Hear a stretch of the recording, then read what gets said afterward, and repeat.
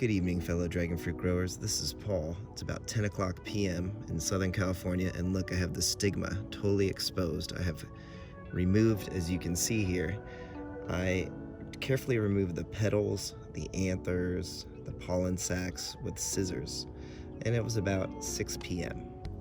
So I was very careful to not cut the stigma because I want to be able to grow these seeds and extract them to create some hybrids. So I took great care doing this to not damage the stigma, and then the last step was I used some mosquito netting. So you can see it here. Now I tied it up nicely, and I was a little bit more careful with this. I prefer the paper bag method. Hopefully you've seen us do that in our self-fertility test. I think paper bags work a little bit better than this. You can see ants are even inside it. So at least inside this mosquito netting bag. They call it a barrier bag. Now this is a self-sterile variety, so I don't have to be so careful with the pollen removal. If this is self-fertile, I would be much more careful, and I probably would cut it earlier in the day before the pollen sacs open. But if you get any pollen on there and it's self-fertile, you can definitely not get the hybrids that you're hoping for.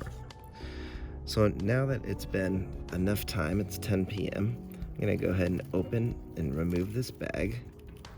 You can see the ants are very excited to be on this flower that wants to open up, but I've already cut and removed it, as you can see. So it definitely looks really interesting when it's been removed like that. You can see on the ground, I still have left everything. But the key is you don't want to get any pollen onto this stigma here, right here. So this is pollen that I extracted last night, and it's Delight mixed with Dark Star. So I'm gonna cross-pollinate this K2, or the Wrong Maria Rosa, with Dark Star and Delight pollen, because I wanna grow these seeds out and see what the hybrids become, because now that I did that, if this sets fruit like it should, then every seed inside this will be unique, kind of like siblings. So now I've just cross-pollinated this flower, and that's how I like to cross-pollinate my dragon fruit flowers, to make sure that I get the correct pollen mixture in this case, or if I just wanted to use a single variety of pollen to develop my own hybrids. So that's what I like to do. The last step is you can put the bag on. Again, you could use the paper bag if you prefer, but this should do the trick just fine.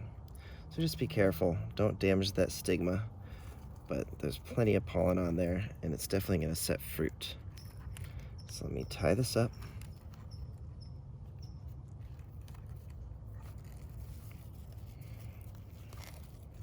There we go.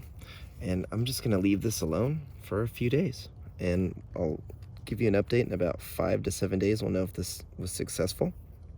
So I'll show you that in about a week. So let's give it about 6 to 7 days.